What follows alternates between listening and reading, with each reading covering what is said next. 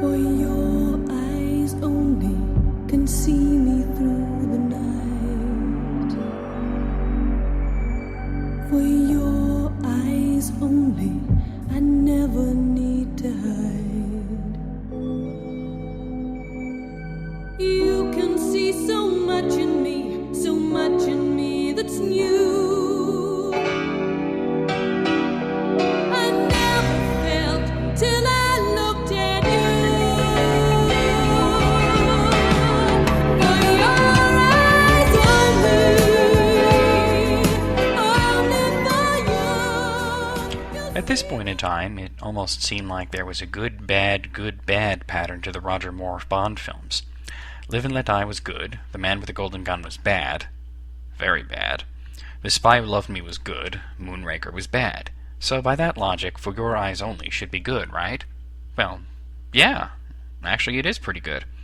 After the excessive weirdness of Moonraker, Eon Films sought to bring the franchise back to its roots.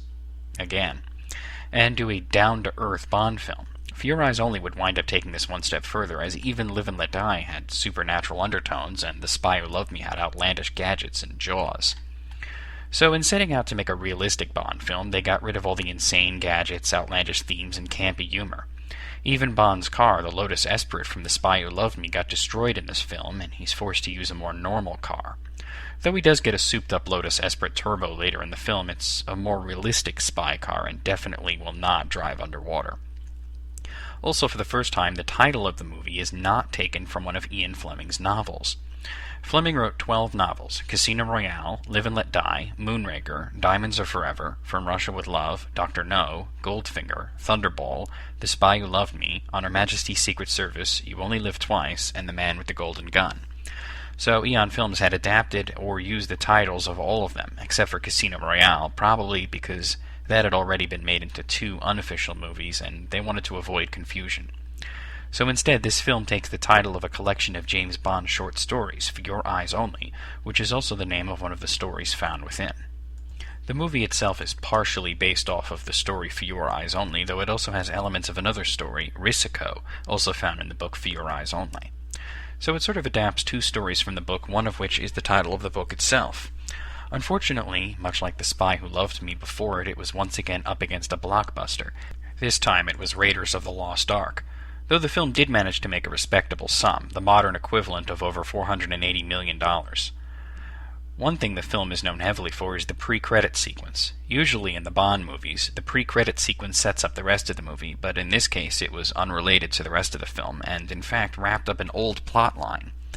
Bond is visiting Tracy's grave when he's contacted by Her Majesty's Secret Service and rushed off in a helicopter. Well, it turns out there was no mission. It was a plot by his old enemy Blofeld, who due to legal reasons is never mentioned by name. They even pick up the old tradition of not showing his face. Blofeld is apparently also bound to a wheelchair. I guess it's from the injuries he sustained in Diamonds Are Forever or something. Anyway, Bond finally avenges Tracy's death by killing Blofeld by dropping him down a smokestack. Hardcore. Anyway, on to the movie. The plot involves a British spy ship posing as a fishing boat getting blown up and sunk.